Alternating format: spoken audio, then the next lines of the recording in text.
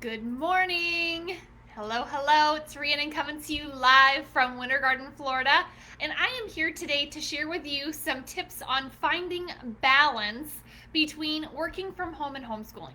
We know that a lot of people right now are virtually learning with their children, virtually working from home, and so that balance and those lines have kind of gotten crossed and a little bit blurred. And if you're like me and maybe you have a family member that has to be home homeschooling due to health or medical reasons, you have to take those precautions. And even though it can be frustrating and some days you feel like you're losing your mind and you're in a cycle of being in the Groundhog Day, if you've ever watched that movie, you know what I'm talking about. But I know what it's like to wake up every single day and feel like you're literally living the same thing over and over and over again. Hey, good morning, Bernadette. So today I'm going to share with you some tips that I have just recently implemented that have really helped me to kind of separate working from home, being a homeschool mom, and being a mom and wife in general, okay? So the very first thing I encourage you to do is delegate. If you have family, which I'm sure you do, you need to give them other tasks. I see a lot of parents right now stressed out, overwhelmed, trying to clean the house and make sure this is done and that's done. And I am kind of here to break your bubble a little bit and tell you your kids need to be doing more. My kids have been doing their own laundry since they were toddlers. And that sounds crazy, but when you show them how to do those essential life skills at a younger age, they're more inclined to do them, right? So my kids, every single week, they know on Fridays, that's the day they vacuum their rooms, that's the day they change their sheets, that's the day they do their laundry. There is zero portion of me having to do those things except for reminding them to do it and letting them know that it's Friday, because a lot of times they don't know what day of the week it is, okay?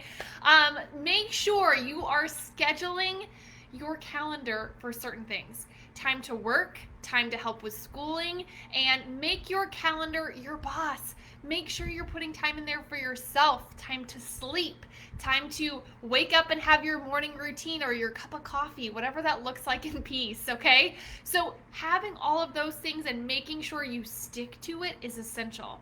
The next thing is take breaks. I don't know about you, but I have sat at my computer desk so long some days I'm just staring out the window and I'm like, whoa, I'm not being productive. Why am I even sitting in my office? I need a break, okay? So don't burn yourself out because your office is so available to you, because maybe you have an office at home. Maybe you work from home now at the kitchen table. You need to still make sure you're setting those boundaries for yourself and take those breaks as needed. I have my workouts planned out, when I'm going to run, what I'm going to do, those types of activities. I have family time on my calendar every day. But one thing I encourage you to do that I've just recently started to do is I have made it so my apps actually go to sleep from 3 o'clock to 8 o'clock. So I am forced out of my phone. I don't know about you, but it's so easy right now to just get sucked in a scroll hole, to just be on your phone with really no intention. And maybe you're like, oh, I've looked at my emails, like I have nothing else to do, I'm just going to play on my phone.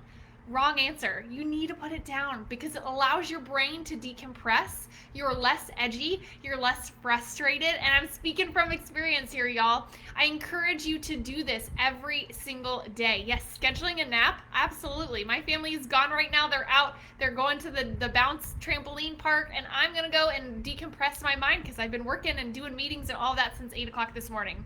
So scheduling time for yourself is essential. Setting those boundaries. But if you have an iPhone, I don't know about Android, but I know with iPhone, you can schedule downtime. So maybe this is you needing to go to bed every single night at the same time. I have that in my calendar, y'all. My calendar tells me it's bedtime. So I go to bed, okay? I have my alarm of when I set up. I have my alarm of when it's lunchtime, because if I don't set that, I will tend to not eat and I will just keep working.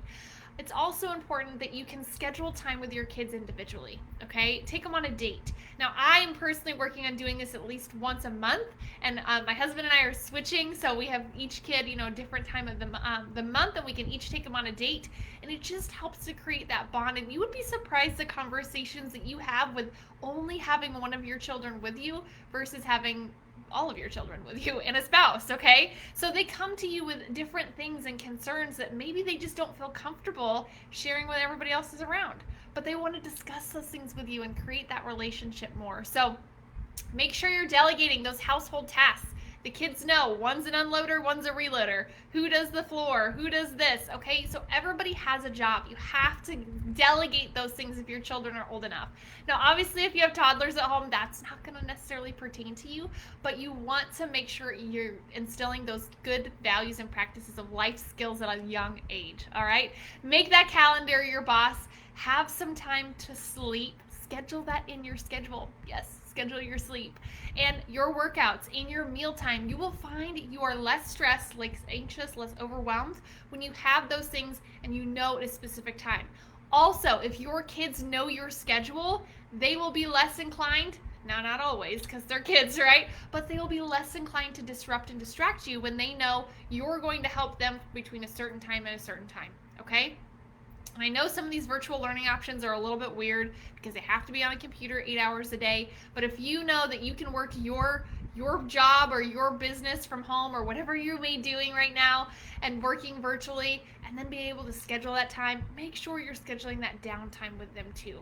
Okay? So find that balance. See if that Android phone has a way for you to have downtime, because all of my apps go to sleep from 3 o'clock till 8 o'clock, and I am unavailable for my business, and I'm only available for my family during that time. So I hope these tips brought you value today. I hope this helps. Please share with a friend that you may know that is struggling with finding that balance right now, and hopefully this will bring them some peace and a little bit of comfort knowing that they are not alone. So have a great rest of your day, and I hope you enjoy Tip Tuesday. Bye, y'all.